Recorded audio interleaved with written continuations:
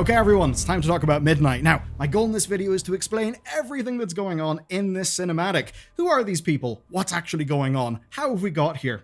Basically, I've played and paid attention to all of the lore as it's rolled out over the last few years, so I want to use that to help everyone understand what's going on in this cinematic. We'll talk about the good bits, the less good bits, and overall, if you feel out of the loop, do not worry. I will solve that problem for you. Okay, so our cinematic opens with Liadrin kneeling at the sunwell in prayer. Now, you might be looking at this thinking, what? Because yeah, we've not been to these places in quite a while. So the sunwell is a major lore piece from the Burning Crusade. It was created from a vial of the Well of Eternity's waters. Of course, that means it's all very connected to the World Soul. Well of Eternity being basically kinda like Azeroth blood. So it's very important in that way, and basically when the Highborn Elves got exiled and sailed all the way over to where we now find them in Quel'Thalas, they brought one of those vials over, they started the Sunwell, and they used that as their big font of power. Now, it was really added to Warcraft in Warcraft 3. Basically, Arthas plowed his way through, killed a crazy number of said elves. He uses the power of the Sunwell for evil, and the Blood Elves are literally called Blood Elves because of all the blood that Arthas spilled.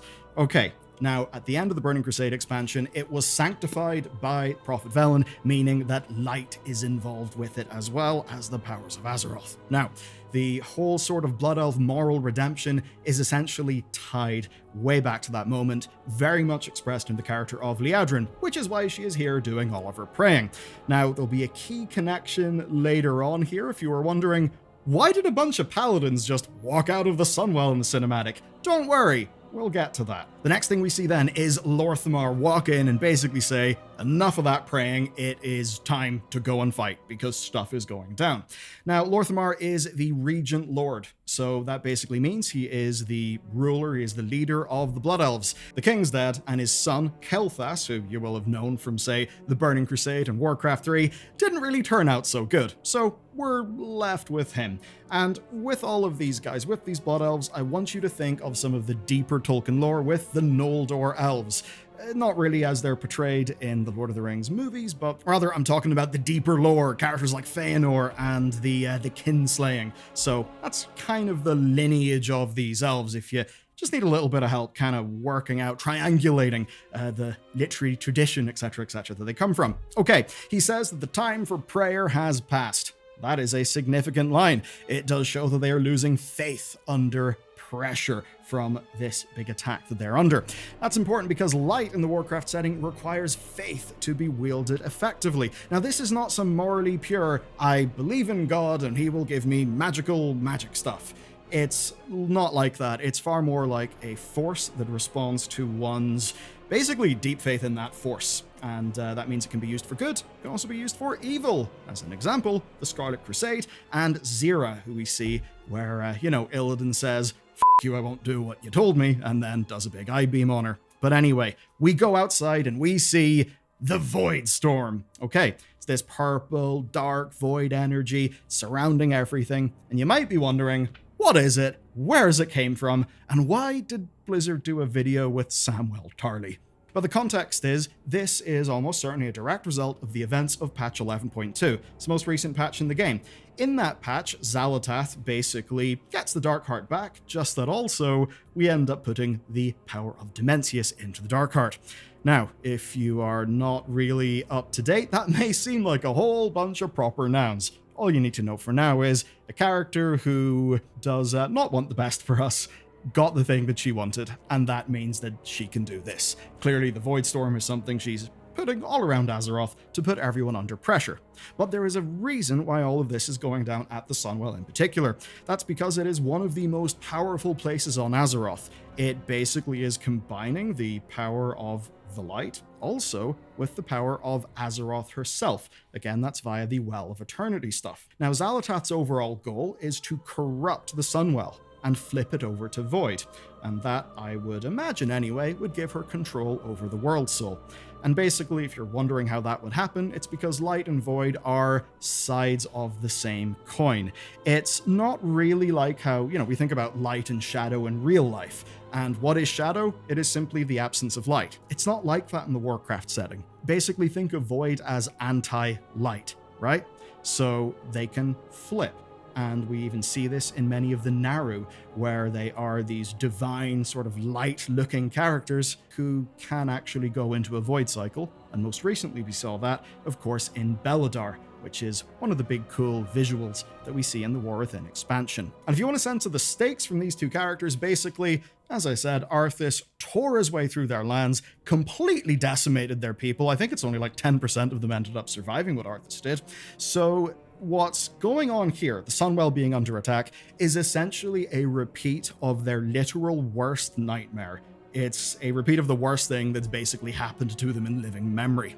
Okay, so we see some combat and we see these cute little void guys. What I love here is the big, high fantasy spectacle that we see in the battle. One of the last times we saw that was the Battle for Azeroth cinematic. Obviously, BFA did not live up to the hype of its cinematic, but I think it's notable that Metzen's final thing that he worked on, Chris Metzen, who was kind of like the overall creative force in Blizzard, the last thing he worked on before he left, we believe, was the BFA trailer, right? And now he's back, and I think we are seeing some of that similar larger than life, pretty well executed energy in this one. But okay, Xalatath gets introduced to our characters. She says little elves. You might think that's ironic because she herself is an elf, but she isn't actually an elf. No, she's multiple hundreds of thousands of years old, some sort of entity from the deep past. There's a lot of lore we've talked about in the channel. I won't bore you with the details for now. As for the body she's got, well, she sure knows how to pick him. Pretty good body, and if you're a cinematic person at Blizzard, pretty good feet. Because seriously, Blizzard, why did there have to be a sort of Tarantino foot shot in everything you did through the War Within? Anyway, you'll notice in her dialogue that a lot of what she's saying is kind of rational, right? It's not overt deception, it's just literally, this doesn't really make sense for you. You should run away and try to live. That's one of the neat things about her as a character. She never pretends to be truly your ally. That was the case during Legion, it was the case in BFA, and it is the case in the War Within. She almost treats the player as her useful little PogChamp. What I like, though, is that Xalatath is adaptable, she is scrappy, she is actually defeated at times, her plans are thwarted, but she's able to use those to her advantage. She doesn't end up feeling like the Jailer, who's an awful villain they introduced in, and thankfully got rid of, in Shadowlands, who was almost just supposed to be kind of omnipotent. No, she loses, but she adapts to her losses in fairly smart ways. Overall, I'd say it's been quite well executed. Okay, things are looking bad. Liadrin then ends up deciding to leave. And in a sense, the way this is played off, with Loramar basically saying, don't go, it's Xalatath trying to make you think that Liadrin has basically lost faith and is running to save herself. Loramar would, I'd say, never think that's actually what she was doing. He was basically saying, don't go to the Sunwell to do your praying. We actually need you here fighting. The point of that line being that, well, he's kind of lost his faith in the light. But okay, Liadrin then goes to the Sunwell, she starts praying. And look, maybe it's because I'm that atheist that went to Catholic school. Northern Ireland, it's a long story. So maybe that means I'm just a slut for characters who are priests or doing praying in some sort, be it the Midnight Cinematic, Midnight Mass, or The Exorcist. But what we see in her is a lot of guilt and unworthiness. You see, she founded the Blood Knights in the Burning Crusade. That's the reason why the Horde were able to be paladins. But of course, they were still the Horde of those days. So the way they did it was enslaving a Naru. That Naru was called Muru. And they basically enslaved it and used it as a big old light battery against its will. And if you were, say, raiding the Sunwell back in 2008, well, Muru was one of the bosses there. Now, overall, there's a sort of redemption and a coming together that all happens through Velen at the end of that, where he sort of blessed and sanctified the Sunwell. When he did that, he essentially freed the Blood Elves from needing the enslaved Naru. And basically, Blood Elf people went away from some of their worst instincts, which were basically using the light by chaining it up, and in Xalatath, using a lot of fell magic and sort of demonic, dastardly shit, and eventually losing yourself in the process. They hard went away from that as a society, but they still have a shitload of guilt, which is why Liadrin, who played a pretty important role of that, being the founder of the Blood Knight, says, "I don't deserve help, but my people do." And of course, there's a deeper point in that. It is surrendering your ego and your hang-ups for the greater good in order to access some form of deeper power. Many people, in a theistic sense, would see that as a connection to God. Many other people would see that as kind of getting out of your own way to actually do what you're meant to do. Basically, to lock in. And philosophically, the point behind this is that redemption is not you making an itemized list of fixes for everything that you've done wrong. It is about, when the next critical moment comes, what will you do? And I think that's what they're essentially portraying here. But back to the action, back to Loramar, and honestly, some banging dialogue. We see that the /spit emote has indeed been added back to World of Warcraft. Gotta say, this is 500 out of 10. Perfect character moment, exactly how I would imagine Loramar to act in this situation. It really does work. And I think this means people should actually care about him now going into this expansion. I think it's quite well done. Now, you may be wondering then, Xalatath has all this power, there's evidently a big void storm, and right now, Liadrin is way over there, doing a prey. So how have we got into this wacky old situation? Let me explain. Xalatath has this thing called the Dark Heart, right? Now, the Dark Heart is basically a prototype for the Demon Soul, which was the MacGuffin that we saw in the Cataclysm expansion. But basically, it can take magic in it. That's all you need to know. So, in the Dragonflight expansion, Galakron's essence. Galakron was a sort of proto-dragon with a hunger lost to the ages, which we believe has a lot of void connections. And Galakron was basically like a city-sized dragon and a world-ending threat. Anyway, the essence from him was slurped into the Dark Heart in a time travel caper. Then, of course, in the War Within expansion, Old God Blood power got sucked into it, Dalaran's magical energy got sucked into it, and a few other things. But now there's something else that's been sucked into it, and that's a guy called Demencius the All-Devouring, which is a fairly hammy name, but also a serious threat. Though before that happened, well, the Ethereals actually did their own caper and yanked the Dark Heart away from Xalatath. That led us into patch 11.2, the current patch in the game right now. And in that patch, we have got to team up to deal with Demencius, because basically he's the hungriest hippo over in the land of Void. It seems that All-Devouring is basically a title for the ultimate being of Void, not because all of the other Void beings decided to Pokemon go to the polls and vote for him. No, because he's hungry and he consumed them all. So we end up, of course, well, defeating him, but Xalatath then does a fun little switcheroo, and basically all of his power, which is the most power, is now locked into the Dark Heart, which she has, which is what she then uses to kick off the Void Storm and do the invasion on the Sunwell, which is what this cinematic shows. And whenever Xalatath says that she is going to break your world, that is extremely literal, and in a way it calls back to a neat thing we saw at the start of the War Within. In the introductory scenario, Dalaran is under attack. If you go to a pool, like the little well in Dalaran, and you fish, you find a coin, and that coin says, "The soul of your world in the palm of my hand." Of course, that's Xalatath taunting us, and now she's making good on her taunt. But enough of that lore, because right now in the cinematic, it's looking pretty bad for our boy Loramar. Okay, but it's a cinematic. It's a big moment. Guess what happens? Liadrin walks up. She's done her prayer. She is now silhouetted by the light itself, and what do we see behind her? But a bunch of paladins.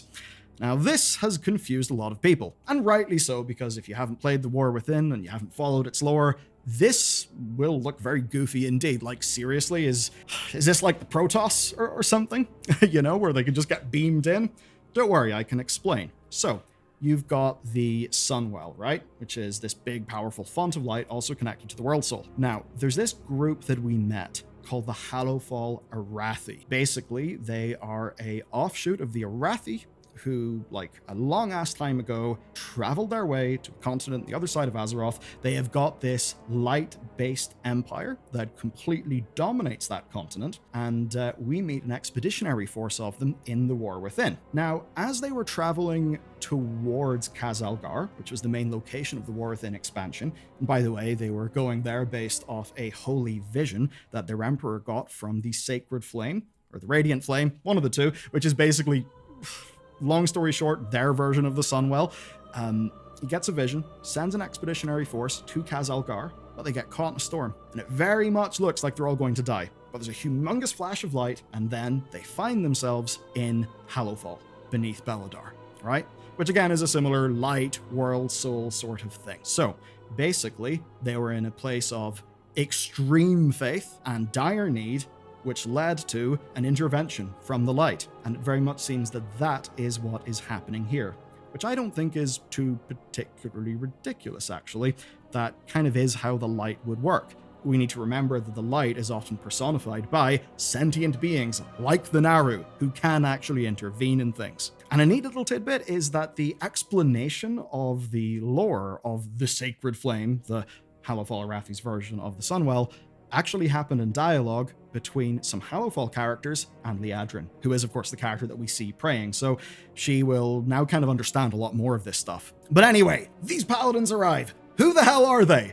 Good question. There are multiple different theories, and honestly, I think it could be a whole bunch of them. If you look closely, well, you do see a big thick boy down in the back. It could be one of those chunky Kulterans. It could be a Draenei, which does make me think Army of the Light, and it also makes me think the Tears Guard from Dragonflight. My initial impression was the Hallowfall Arathi because of the nature of their arrival, but actually I don't think it's that, and I'll explain fairly shortly. Anyway, basically, bunch of forces from the Light, who we've been involved with lately. Again, Army of the Light were in Legion. The Tears Guard were set up, well, they were set up a long time ago, but they were most recently in the story during Dragonflight. They essentially arrive. Hope is somewhat back, and we see that it's not just hope, it is also a literal faith, a literal belief. So we see Liadrin being able to wield the light with tremendous force, with tremendous vigor, unlike earlier on, right? Because earlier on, she's slashing her sword. There is no, like, holy flame stuff coming out of it. Again, these characters in a cinematic are not going to act exactly like your character in an MMORPG. That probably wouldn't make for a great story. What matters is this is a representation of a paladin finding the truest, deepest form of their faith and then being able to wield that. But there's an interesting visual difference. Take a look at this overhead shot. What do we see? Well, we see, right, fiery light being wielded by Liadrin. But if you take a look at the other light wielders, it's far more of a pure yellow. And that says to me that that is pure light, just light, in terms of the various sort of magical aspects that are in the Warcraft setting. So that's Church of the Holy Light that you would have met, you know, in Northshire Abbey, starting off World of Warcraft way back in the day. Whereas with other characters like the Hallowfall Arathi and like with the Blood Elves, and again, literally the Sunwell is extremely similar to the Sacred Flame or Radiant Flame, whatever it's called, we see that they have a more fiery and kind of aggressive edge to their use of the light. There's a little bit of that there too with the Taurens because their light is via sun worship. Anyway, it's a neat way that paladin and priest magic is kind of differentiated between the Alliance and the Horde. And to analyze some of our last lines, well, Liadrin mirrors Lorthamar's line where he said, will not fall out of desperation, but she says kind of shall not fall, you know, faith restored. And, well, that's literally what we see in the fight. What will happen next? The expansion will happen next, but don't worry, I'll be able to make a lot of things make sense. Okay, so you might be wondering, how did we get here? Well, as I said, it's fairly simple. The Ethereals stole the Darkheart from Xalatath in patch 11.1. They then used that to fully resurrect Demencius. And this was Blizzard making good and fixing a bunch of plot holes that have existed in the lore since the Burning Crusade. Now, of course, we defeat Demencius in patch 11.2. Xalatath reclaims the Darkheart with Demencius trapped inside. And if you look at this portal that then morphs into the Midnight logo, internal portal visual matches the center of the Darkheart, which is where she's getting her power from. What does Xalatath want to do? Well, she wants to turn Azeroth to void, maybe absorb Azeroth. We're not exactly sure, but what we do know is that Xalatath was once the harbinger of Demencius. She was somewhat enslaved by him. Now, well, the shoe is on the other foot. She's sucked him into an amulet and is now able to just use his power, to do whatever the hell she wants. her end goal could be to consume Azeroth. Azeroth being the most powerful thing in the Warcraft setting, right? Consume the heart of the world, and I suppose with that, finally be on top of things, finally be in a state of pure absolute power, because she is a character who has just had a bad time for a long time, which is, you know, how she ended up being trapped in a dagger, which is when we first met her during the Legion expansion. Okay, a little bit in the subjective. My personal ranking for WoW cinematics is as follows. My favorite one is still Warlords of Draenor because it's testosterone and sweat. It is raw, just ball-thumping glory. It's an odd sentence. Anyway, that's what it is. Second favorite, Wrath of the Lich King, because it's poetic words from Dad with cool villain who we actually give a shit about. This is the controversial one. This is my third favorite cinematic because it's taken this slice of WoW and just fully done it. It's not like cutting in on itself with a quip or a knowing joke about how this is a silly fantasy setting and this is all really quite hammy and cheesy. No, it actually just commits to the bit, much like the Battle for Azeroth cinematic was able to. Obviously, yeah, pretty shit expansion, but man, hell of a cinematic. So that's kind of my ranking there. I really do like this. It is a big slice of Warcraft that is straight from whenever I personally really came into the game during the Burning Crusade, and, you know, loving a lot of fantasy,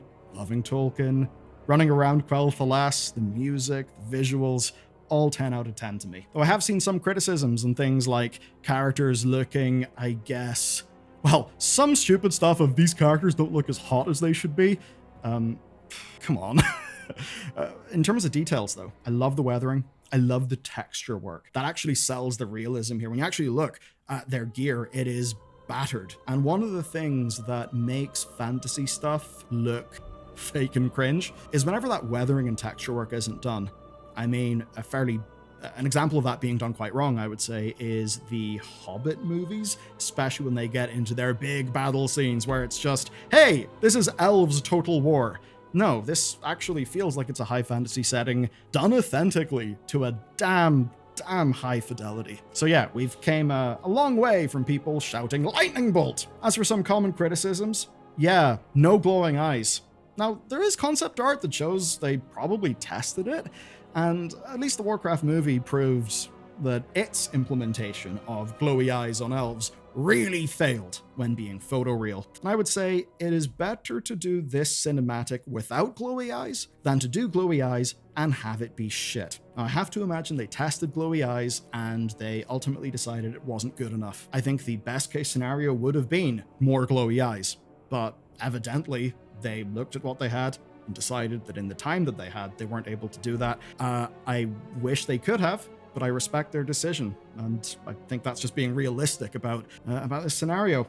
As for things like Liadrin's appearance, some people saying, oh, she's not hot enough. Look, she is a pretty ancient, battle-worn character. She's covered in scratches, mud, a few scars, grit. That's good. And I've seen some people try to, you know, do a fixed version of the character where it just looks like it's Instagram glamour filters, you know, weird airbrush stuff. I've seen some people say there's less facial detail than in the War Within cinematic, and I actually agree with those people. I don't really mind though, because the War Within cinematic focused entirely on Anduin's face, and that performance being the complete showstopper. But a lot of people didn't like that cinematic because there wasn't big, larger-than-life action. I think this cinematic manages to balance action with character, and just because there is more stuff going on screen, well, your resources have got to be spread out differently. So the War Within absolutely deserves praise for its human expression work. I think it is some of the best animated stuff of its kind, literally in existence. But that was not the sole purpose of this cinematic, so I'm happy with where they ended up. As for my final thoughts, man, great. I like even just the color work, you know, the dark blue, purple void stuff versus the golden light, which I've so skillfully matched in a few seconds with Philip's Hue app behind me. The mouth. Let me know if you like the change up in lights. I like the energy of this. I think it matches the expansion theme goddamn perfectly. And for veterans of the Burning Crusade, I think it emotionally lands all of that stuff. If you've been invested in the Blood Elves sort of as a people, I think this really does feel right for them. And certainly, it also does tell us what our pre-expansion event's going to be. It's going to be this Void Storm. We've seen a teaser of the Void Storm being present in Dornegal, which is the capital of the current expansion. I have to imagine it will be yeah, present in other bits of the world as our pre-expansion event. So ultimately, I would say this is their best cinematic in years. Personally, I prefer it over Legion. I cannot completely understand you, though, if you prefer the Legion one over this, but I think it is better than BFA, Shadowlands, Dragonflight, and The War Within. The War Within's really good, by the way. The less we say about the Dragonflight one and the Shadowlands one, the better, I think. So overall, I'm not feeling pretty good about things. This is the first expansion that was purely created and scoped out as of Chris Metzen's return to World of Warcraft. The War Within was basically 8 months into production, and they had to bend the War Within into the World Soul Saga. You can really feel that with the uneven and unfocused narrative of the War Within expansion. But I think about Final Fantasy XIV, and some of the best work that team did was not planned at all as much as people think, right? It literally was not. They've said that on stream. The thing that, I hope I haven't forgotten her name, Ishikawa and other people were able to do in that project is weave shit together really well, to take the threads that they've got and actually just deliver on them by creating new shit, rather than magically coming up with a humongous master plan. That, plus good planning, led to some of the best story we've seen in an MMO, and for many people, in an RPG. So World of Warcraft is not there yet, but I am seeing some of that energy. The transition from where patch 11.2 is to this feels pretty damn good to me. We're going to have 11.2.5 and 11.2.7 acting as prologues to this expansion. And of course, I'm just off doing the Demencius fight. Feels a little bit inspired by Endsinger, but certainly it has a level of just big, larger-than-life Blizzard spectacle that actually reminds me of how I felt whenever I was a kid playing World of Warcraft. So yeah, for those reasons, I'm pretty excited about things, and I hope this video has at the very least helped you understand who the hell are these people, what does any of this shit mean to them, and what's going on. Let me know if you've got questions, I'll be sure to answer them. I'll see you very shortly in the next video.